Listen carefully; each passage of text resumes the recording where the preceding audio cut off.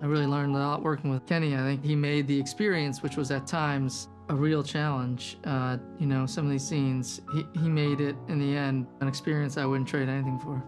He's always thinking about the part, he's always thinking about the scenes, he's always thinking about the movie.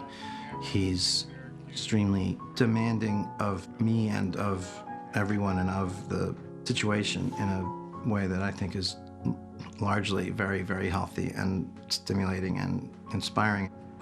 Why can't you stay? I can't beat it. I'm sorry. Son, are we getting upset? Leave, don't pick him up. What do you mean? If he's not crying, leave well enough alone. Leave well enough alone. That's what me and your mommy should have done instead of getting married. Oh, shut up.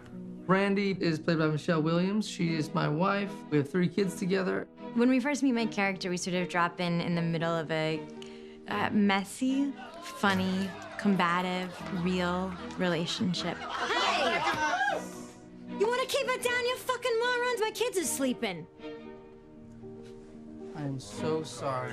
Michelle is beautiful and sort of funny, but also can be very severe. She can kind of do anything that's asked of her in a way that it's intimidating to work with her because she's such a finely tuned instrument. It's one thing to be sort of able to take a character and a scene and all your dialogue and be really good, and it's something else to sort of bring a whole part to life and give it more dimension. I spend a lot of time in the area, listening to people, I'm talking to people, I'm going to the hair salons, I'm going to the mall, I'm shopping for my character, I'm reading, I'm thinking, I'm watching, I'm doing whatever I can to get whatever detail I can that's gonna make it onto the screen. Michelle has these brilliant, powerful moments in the movie. She lingers in your mind, you know, from the beginning to the very end. The fire was such an extraordinary thing to see. And it was heartbreaking to see what a mother like that would endure, to see her children stuck and trapped.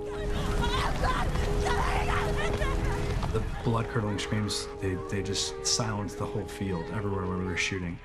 We just didn't want to do it. Nobody wanted to do it. That scene, that day, nobody wanted it to come. In fact, I think it was on the schedule a couple of times before we actually wound up shooting it because there was such weight around it. The incident cleaves everyone in half. It ends relationships. It changes people irrevocably. And so the person that I play in the beginning of the movie is a far cry from the person I play at the end of the movie. I did think a lot about that transition and how that would change her emotionally and physically and what she went through to get herself to the place that she is at in the end. She had to divorce him, and you almost get the sense she wishes she didn't have to, but she had to because she's got to protect herself. She represents the exact inverse way to react to the tragedy than what Lee did. She was able to move on. She's not over it. She still cries. It's still heartbreaking to her, but she decided that we got to power forward and we got to keep going. And I think her presence in the movie is crucial for Lee to realize it isn't really okay. You can actually come back from tragedy. Lee.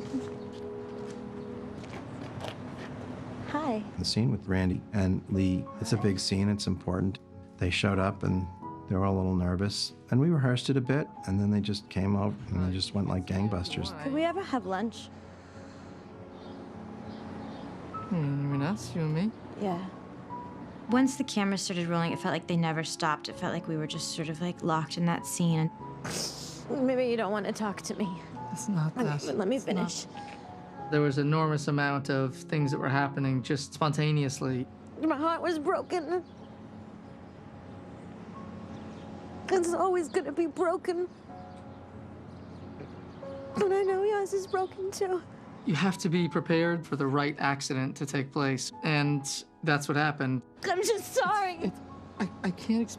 I love you. I was standing across from the right actress who makes everyone better. The thing that I'll never forget is hearing Kenny call cut from behind the monitor and realizing that he had been crying along with us. And that is like something I've never experienced before, but something very specific about Kenny as a director, as it is that he's not observing his actors from the outside. He's like jumping in the hole with you.